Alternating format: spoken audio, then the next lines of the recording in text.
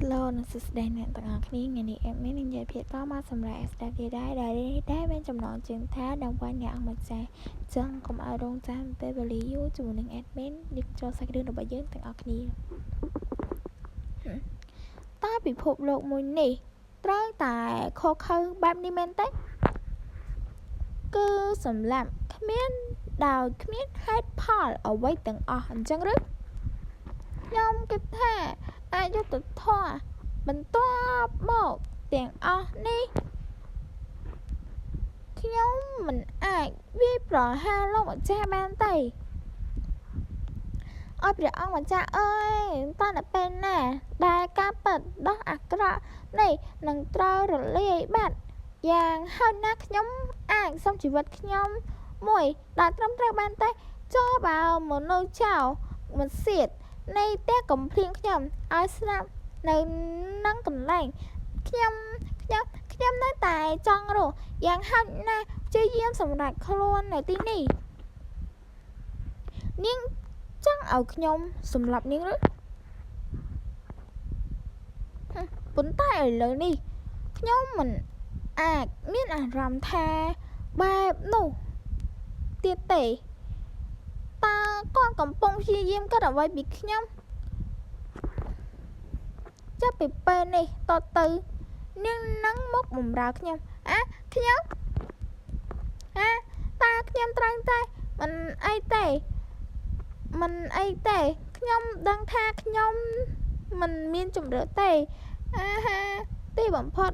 មានអ្នកផ្សេងត្រូវរងទុក្ខជាមួយនឹងខ្ញុំទៀតពេល3ថ្ងៃក្រោយមក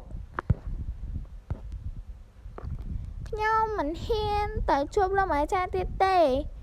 តើនាងមិនមែនជាអ្នកដែលបានសុំមកបម្រើនៅទីកន្លែងនេះមុនគេតែមែនទេខ្ញុំមិនចង់ទៀតទេសើច្បងខ្ញុំខ្លាចណាស់តើលោកម្ចាស់របស់សើច្បងជន់ក្បត់ហើយមែនទេចុះហេតុអ្វីបានជាគាត់សម្រាប់សិស្សនៃក្រុមរបស់យើងដោយគ្មានមេត្តាបែបនេះប្រសិនបើគាត់អាចសម្រាប់ចៅវាយរបស់សិស្សច្បងនៃបងប្អូនរបស់យើងបានគ្មានអ្វីដែលរារាំងមិនឲ្យគាត់មកសម្រាប់ខ្ញុំបានដូចគ្នាសូមមេត្តាអនុញ្ញាតឲ្យពួកខ្ញុំទៅសិស្សច្បងតើមានអ្នកណាខ្លះចង់ទៅពួកនាងកំសាកណាស់ប្រសិនបើពួកនាងមិនអាចសូម្បីតែតស៊ូទ្រាំនឹងការសាកល្បងដ៏តូចនេះតើពួកនាងអាចទទួលបានការអនុគ្រោះពីលោកម្ចាស់បានយ៉ាងម៉េចទៅខ្ញុំខុសពីមនុស្សធម្មតាទាំងនេះខ្ញុំត្រូវបានជ្រើសរើសដោយផ្ទាល់ដោយមេបៈនៃក្រុមមានតែខ្ញុំតែម្នាក់ដឹងថាលោកម្ចាស់មិនខ្សែឈាមនៃត្រកូលសង្សានខ្ញុំបានដឹងថាប្រវត្តិលោកម្ចាស់ទាំងអស់ដែលត្រូវបានលាក់មិនឲ្យនិយាយចេញខ្ញុំបានដឹងរឿងរ៉ាវគ្រប់យ៉ាងដែលកើតឡើងនៅទីនេះដែលលោកម្ចាស់ធ្លាប់បានធ្វើកន្លងមកសូម្បីតែយុនស៊ីយ៉ូបានស្លាប់ហើយក្តីប៉ុន្តែខ្ញុំអាចនៅមានជីវិតនេះអាចបញ្ជាក់ថាលោកម្ចាស់ពេញចិត្តខ្ញុំសិស្សច្បងនៅទីនេះដើម្បីបម្រើលោកម្ចាស់សូមទទួលសិស្សម្នាក់នេះផងលោកម្ចាស់មែនហើយសិស្សច្បងម្នាក់នេះជាអ្នកច្បាំងពិតប្រាកដខ្ញុំនៅទីនេះព្យាយាមនៅឲ្យឆ្ងាយពីកន្លែងរកចិត្តនេះតែនាងបែរជាចង់នៅចិត្តនោះទៅវិញតើអ្នកជាកម្លាំងចិត្តឆ្កួតយកស្អីទៅមិនឆ្ងល់ទេថានាងគឺជាមនុស្សក្លាហាននោះបែបនេះទេការបដិញ្ញាចិត្តរបស់នាងគឺនៅមានកម្រិតតើនាងនៅរស់ទេមែនទេវ៉ាវស្លុយស្លាប់ខ្ញុំគ្មានផ្លូវទេខ្ញុំនឹងនៅរស់មើលចង់ខ្ញុំនៅរស់តាតើនាងគិតថាលោកម្ចាស់នឹង បើកទ្វារនោះបើសិនជានរណាម្នាក់គោះមែនទេ